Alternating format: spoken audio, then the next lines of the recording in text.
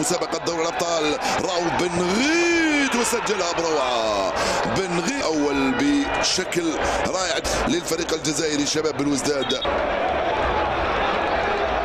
ذكر بأنه لفت ثلاثية من هنالك على الجهة اليسرى من مرمى قندوز، ممكن في تنفيذها أمواكو خلى الكرة التسديدة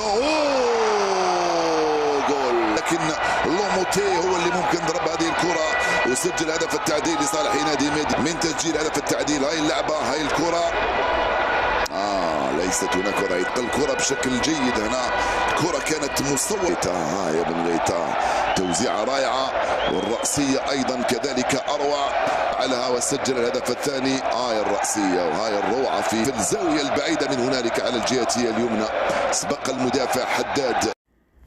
كشف الإيطالي كارلو أنشيلوتي المدير الفني لريال مدريد آخر تطورات المصابين في صفوف الريال، وقال أنشيلوتي في تصريح له: لا أعتقد أن أحدا من المصابين سيعود ضد غرناطة، ولكن أعتقد أن مودريتش يمكن أن يعود ضد ريال بيتيس، وسنخوض مواجهة غرناطة بلاعبين متاحين لدينا. وتصريحات أنشيلوتي تأتي في صالح الحارس الأوكراني أندري لونان الذي تولى حراسة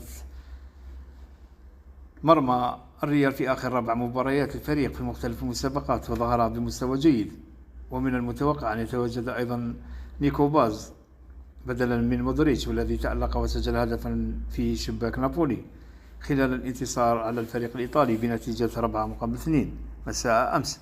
ولعنة الإصابات تضرب صفوف ريال مدريد مؤخرا، والتي لحقت بكل من تيبو كورتوا وإيدير وميليتاو أراد جولر كامافينجا تشواميني فينيسيوس جونيور وكيبا ومودريتش.